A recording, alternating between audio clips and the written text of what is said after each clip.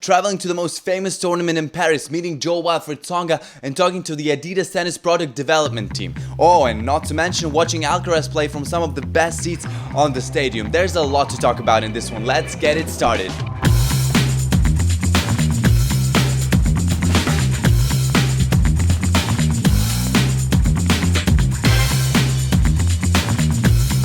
What's up, guys, and welcome back to Gladiators Tennis. And as you've probably figured out, I went to Paris together with Tennis Warehouse Europe and Adidas Tennis to talk about their new Paris collection. Well, it's now not so new, but still an awesome collection, where I also got to interview Wilfried Tsonga and got to watch an evening of tennis with the VIP tickets. And now that the summer is over, let's start the journey. Lads, I'm back at the airport with this guy. Just dropped him off. Just dropped me off, going to the French Open. He's not coming with me because he's not a good friend, not a proper gladiator. No. Not because... It's okay. Yeah. Okay. We understand. Some successful people need their own time. Successful, look at me. Who is successful? Just landed in the Paris airport in Orly. Everything went as planned. There were no strikes, which was kind of surprising considering that French people do like to strike quite a little bit. So yeah, waiting for the taxi now, and we'll see you in the hotel.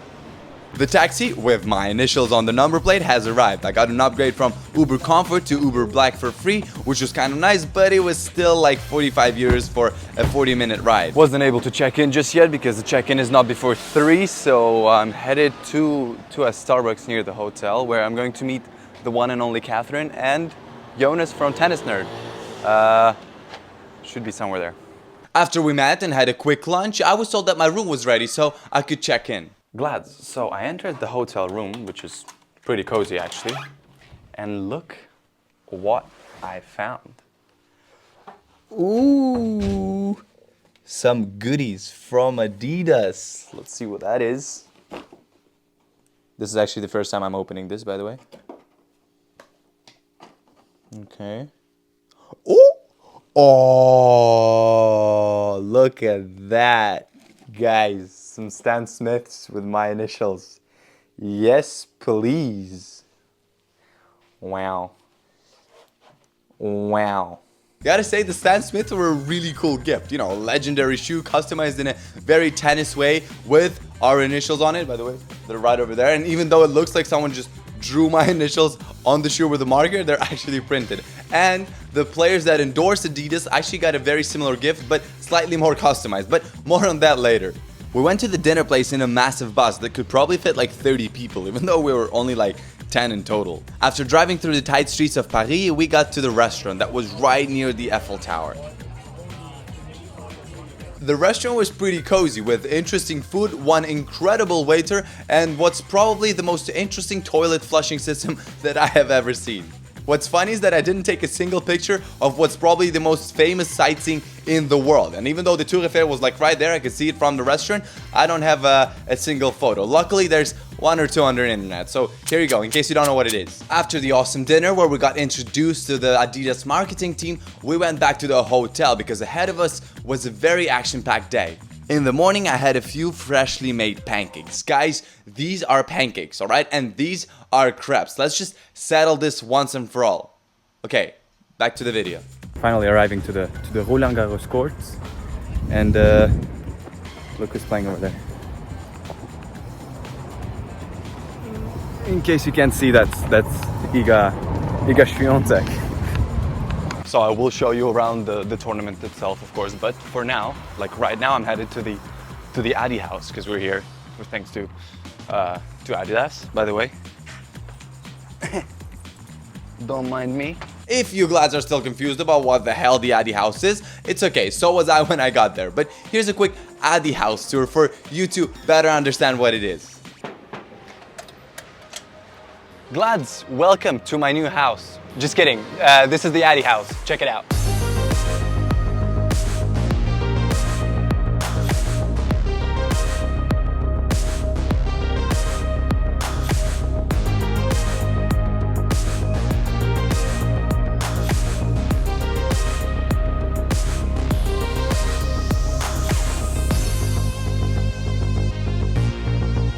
Alright, Glad, so this is the Adi house. It's the place where all the Adidas sponsored players come during the tournament to just, chill, maybe just relax a little bit, get a drink, relax at these beautiful facilities here.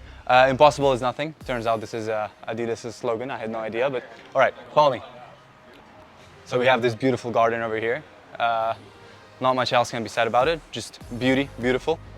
You might know this guy from my other videos. He loves when I film him because I film all the time. A little bit annoying, but all right, let's go. In my shot, influencers all here, having some food and drinks. Okay, all right, let's go. Ashley, the tennis mentor, how are you doing? Very well, how are you? All good. Enjoy your meal. Thank you very much. Okay, so now we're entering the actual house, and here we have what's called the Ball of Fame. It's basically tennis balls signed by every single tennis player who came here. So then, and the list is quite long. I'm not even going to go over all of them, but Tsitsipas, Dominic Thiem, Tsonga, a lot. Let's go. Oh, these little Adidas macaroons that we haven't tried yet, but I'm very excited to do that.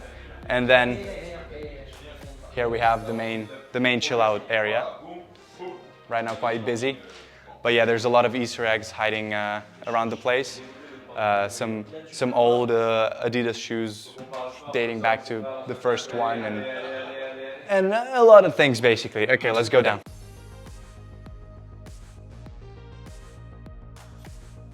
This is where the new Adidas collection is presented, all the shoes and the apparel.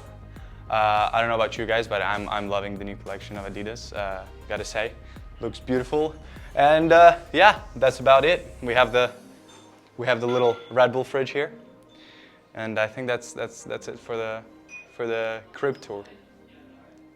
I hope you guys enjoyed this quick Adi house tour, and as I said, it was not only made for the influencers to go there and discuss the Paris collection, but also for the tennis players that endorse Adidas, and they actually came the day before us. And to have a better understanding what the players' perspective on the Adi house is, check out this video from Zabiako and Kasatkina channel where they go into more detail in it. It's pretty cool to watch. But in short, they got the same Stan Smiths but customized with their own drawing. God damn it. All that is cool and stuff, but you know what's cooler? I interviewed Tsonga, the ex-world number 5, one of only 3 people to ever defeat all of the members of the Big Four. No big deal, but yeah, I actually asked you, Glads, on our Instagram page what questions you would like me to ask Tsonga, and yeah, most of the questions that you're about to see in this interview are coming from you. So yeah, let's get to it. All right, Glads, we're joined here by Mr. Tsonga. Thank you very much for taking time off your busy schedule, I'm sure, to share the time with us. First of all, is it okay if I call you Joe? Yeah, no problem. All right, perfect. So I've compiled several questions from your fans on our Instagram. By the way, feel absolutely free to follow us back on Instagram. Okay. I am still waiting for that follow back. Anyways, the first question is from me. You have incredible hands, right? So when it comes to feel, touch requiring shots, right? Your volley game is just out of this world, drop shots, everything. So the question is, do you have to be born French to have that feel, or is it something that you can learn? Not at all. I think you can learn it. Me, to be honest, I watch a lot of tennis, to understand how it works, and then you try.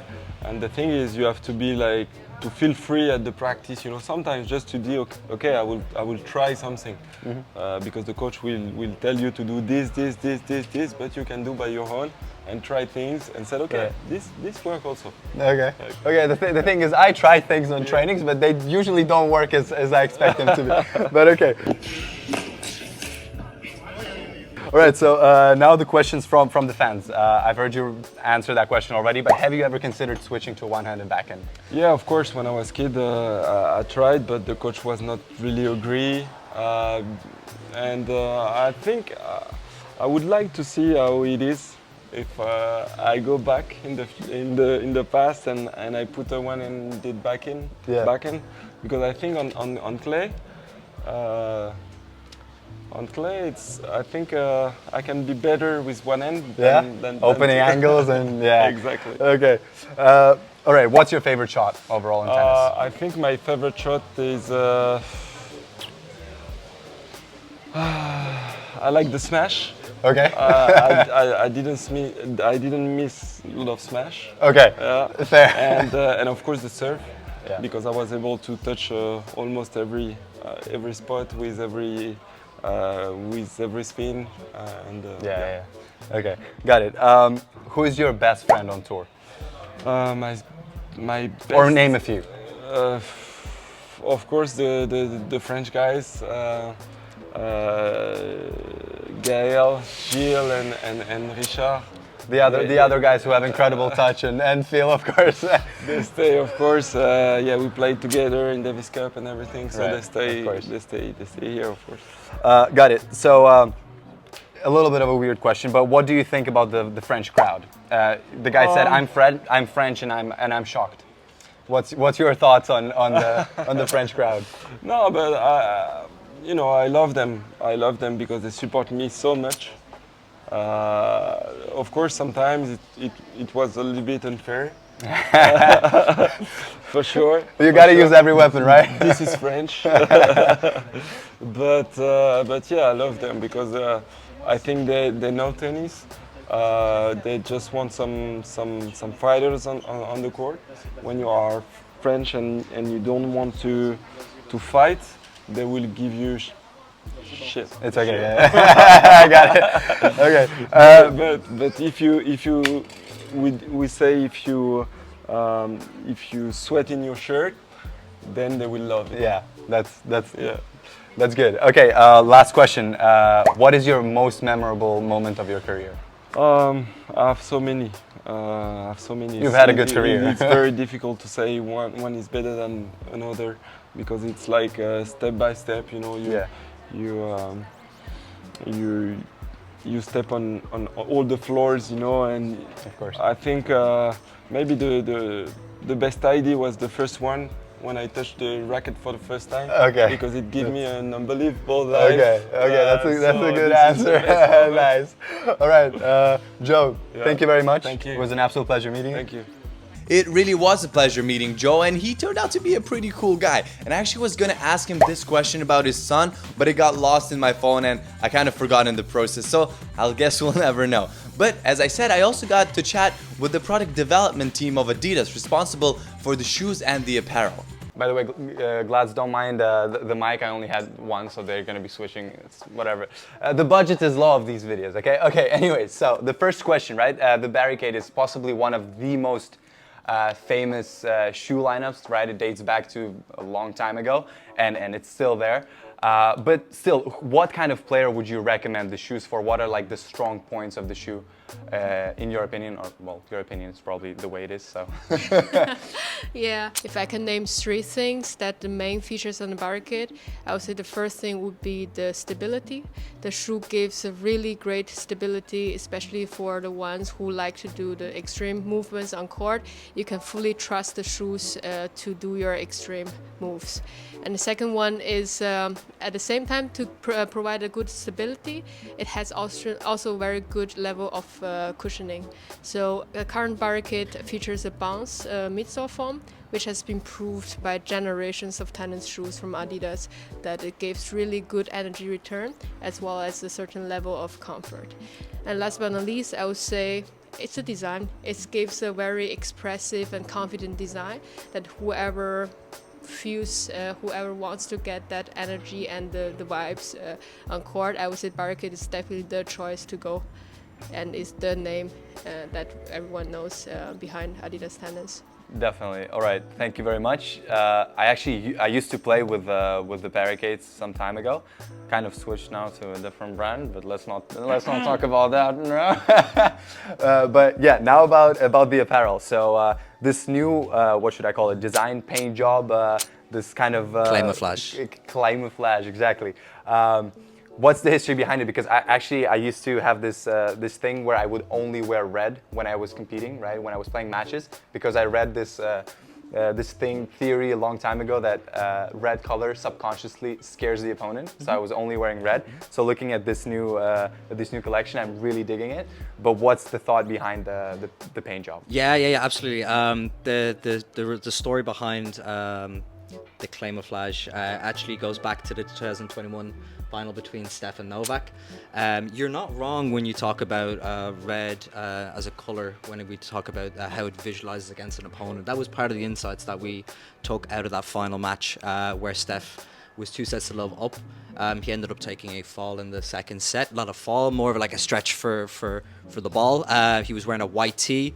He then got it covered in clay. He then sat back down, and our expectation was that he was going to change into a fresh white tee. He stayed in that tee for the rest of the match. Now, at the same time, Novak was wearing a white polo. He then, during the match, changed into a red polo. And history speaks for itself. Novak ended up going on to win the final 3-2, and we took insights around color and visualizing that, and we actually took some of the clay from Roland Garros back to Herzog, back to the base for the design team to kind of iterate. And essentially, the purpose of it is also to hide, at least on the tops, is to kind of hide the stroke preparation when you're serving or when you're stroking the ball. So yeah, that's the background. Well, there you go. Now you know just how much thought and effort went into designing, engineering, and producing the new Paris collection from Adidas. And in case you want to get any of the items from this collection, like always, all of the links are going to be linked in the description below, together with our exclusive discount code, so you can save some cash. And in case you're wondering, this does help the channel, so check it out. All right, Glad's done with the interview, done with the event pretty much. Was awesome. Now we're headed to the Roland Garros, and turns out we have really good tickets for tonight, and I think we're going to be watching Alcaraz, so that's good stuff. I'll see you on the courts. Having arrived to the Roland Garros, as we had the good tickets, we went to the VIP entrance where we got the VIP bracelets. However, the VIP section itself was super crowded. There was many people, and the first thing I wanted to do was get out of there as soon as possible. However, outside, the situation was even worse. There were people absolutely everywhere, and food was crazy expensive. My skeptical mood changed, however, as soon as we found out where we would sit for the match. We're right next to the court. Very excited for the match because, you know, this viewing point is great. Love it. It's cool how you can see the studios right there in the corners. One there and one there. That's nice. Whoa, the camera. Nice. We had the tickets for the third round, where Carlos Alcaraz would face Denis Shapovalov.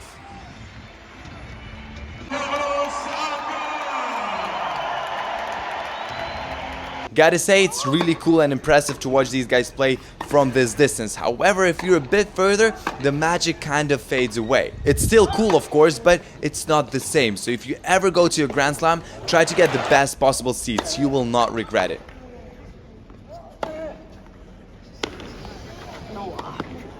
I, however, miscalculated the weather, so I was forced to finish the match in the warm VIP area with my tea and my virgin mojito. Glads, as you know, Alcaraz did end up taking that match in 3 relatively easy sets, but it was still a lot of fun to watch them play from this close up. But this is it for today. Remember that if you want to get anything tennis related, the links are in the description below. Tennis Warehouse Europe and Adidas Tennis, thank you so much for organizing this trip. And Glads, I will see you in the next one. Bye-bye.